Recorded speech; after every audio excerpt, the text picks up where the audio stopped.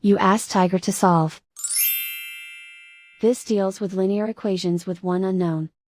The final result is x equals 25. Let's solve it step by step. Group all constants on the right side of the equation. Add 20 to both sides. Simplify the arithmetic.